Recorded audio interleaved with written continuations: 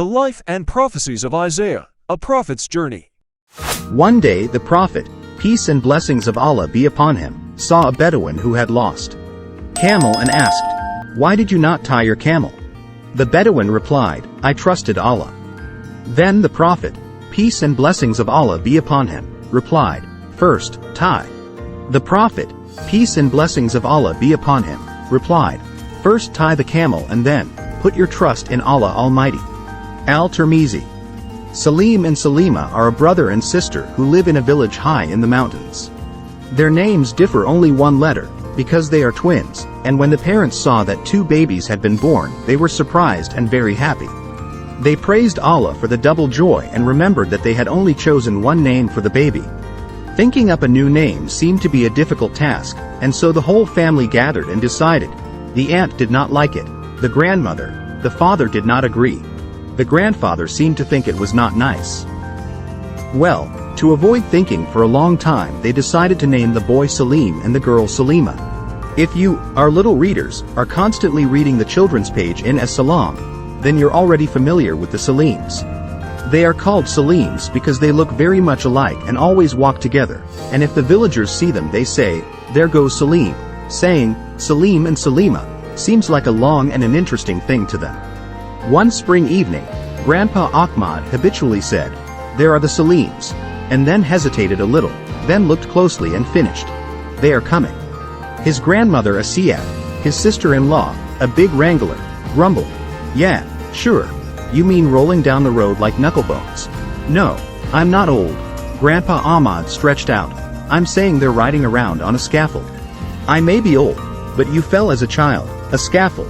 So our nephew Yusuf, when he was little, said, 'This means of transportation is called a bicycle,'" said his sister in a nasty voice. They began to argue with each other as a child. So all their lives on principle did not stop. "Forget it," waved his hand and went home. And the old woman was bored. So when the Salims approached her, she shouted loudly, "And where did you get such a lumberjack?" Totally old confused me." Grandma Asiyat, "It's not a forest pet, it's a bicycle," Salima said, diligently, "Our daddy brought it for us." "Don't teach her. Why did your daddy bought you one instead of two?" "He said that if we learned to ride he would buy you another one," said Salima carefully. Salim. They were very excited and children started riding their bikes. They were tired and wanted to get some ice cream. They rolled their new toy. One sat down and the other helped him to ride, holding the wheel in order not to steer away. So they got to the store, and when they had to go inside they argued. "I won't go alone," he said. Salim declared. "I won't go either," said Salima. "Then let's go together." "Who will guard the bike?" said Salima, who was a good steward. "What's there to guard? It's not a horse, it won't run away on its own." "What if they steal it?" "We have no one to steal, it's clear that the bike is ours." "Sure, but they might take it for a ride and break it, and then we'll find it broken at the other end of the village." "Look, you're such a pain in the ass. You have to rely on Allah. Let's read the dua and go, and let it stand."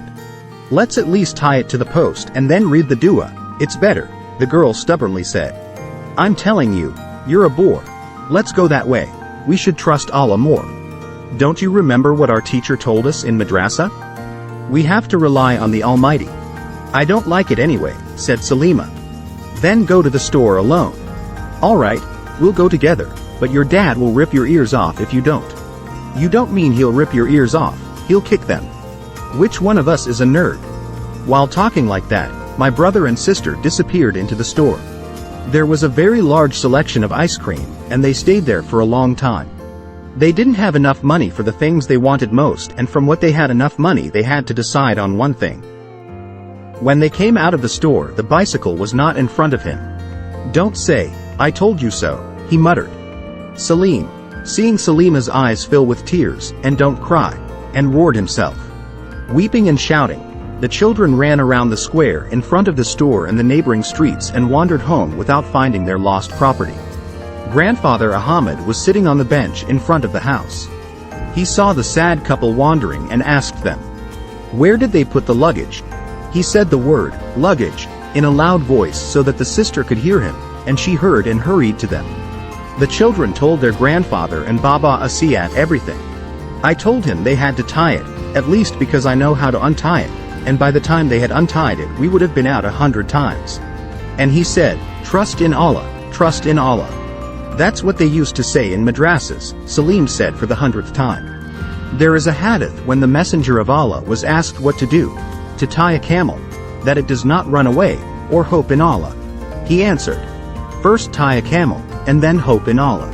You must have been thinking about something of your own when the teacher spoke the first part of the hadith, so you remembered only the second part. You see, exclaimed Salima, you should have tied it. I saw that your bike was taken by Ismail. He was the cousin of Salim, said Baba Asiyat. Wait, do not rush to run away. Hadith that you spoke here is not only about the vehicles. Always when you ask for something from Allah, first make sure that you created enough reasons for the desire to come true. Water will not flow under a lying stone. You wouldn't jump off a cliff hoping Allah wouldn't let you crash, would you? Because that's foolish. Allah created us to think so that we wouldn't do anything irrational. Thank you, Grandpa. Thank you, Grandma.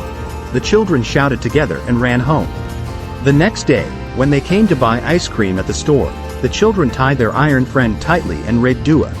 And when they came out of the store, they remembered the hadith about the camel.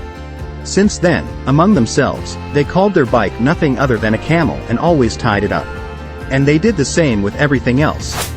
They trusted Allah, but at the same time they tried to take measures so that what they asked him in dua would come true.